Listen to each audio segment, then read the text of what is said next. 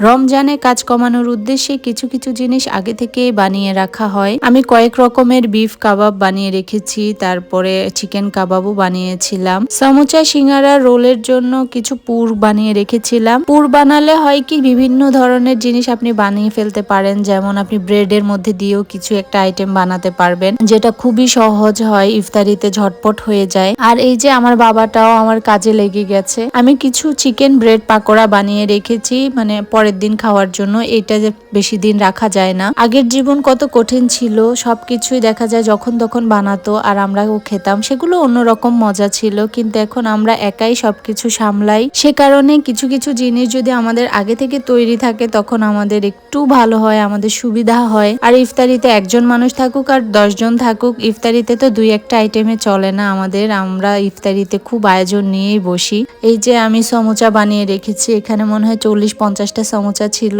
আর এইখানে আমি রোল বানাচ্ছি। রোলগুলা খুবই মজা হয়েছে সত্যি কথা বলতে। এখন আমি যখন এডিট করছি তখন আমার রোজা মুখে আমার জিভে জল চলে আসছে।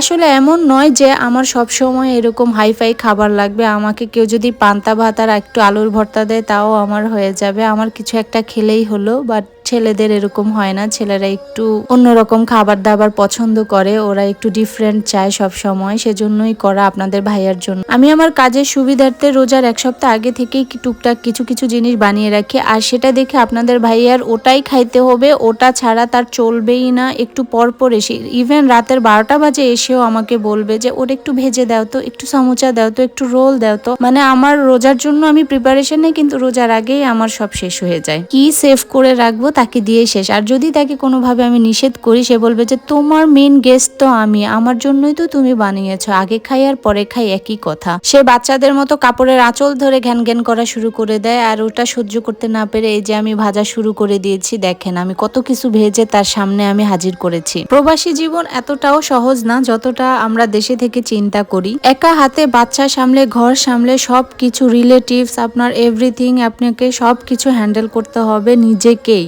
কোনো রেস্ট নাই, কোনো কিছু নাই। এমন না যে এটা আমরা একদিন করি 10 দিন বসে থাকি, না, আমরা এভরি সিঙ্গেল ডে আমাদের কিছু না কিছু এরকম করতে হয়। তার উপর তো অনেকে বাইরে কাজ করে। এই যে হঠাৎ করে নিউ ইয়র্ক থেকে একটা গেস্ট আসছে আমাদের, তার জন্যই আমি দুপুরের আয়োজন করেছিলাম। দুপুরে অতিথি আপ্যায়ন শেষ করে তাদেরকে বিদায় করে দিয়ে আবার লেগে পড়লাম। আরহামের কাজিনের জন্মদিন ছিল, সেই আয়োজনে মানে ছোটখাটো করে আমরা ঘরোয়া ভাবে তার জন্য কেক কাটা হলো। এভাবেই দিনের পর দিন ব্যস্ততায় কেটে যায় আমাদের। এত ব্যস্ততার মাঝেও আপনাদের সাথে আমার ডেইলি লাইফ শেয়ার করে মাঝে মাঝে খুবই ভালো লাগে। সবাই ভালো থাকবেন, ভালোবাসা দিবেন। ধন্যবাদ। আল্লাহ হাফেজ।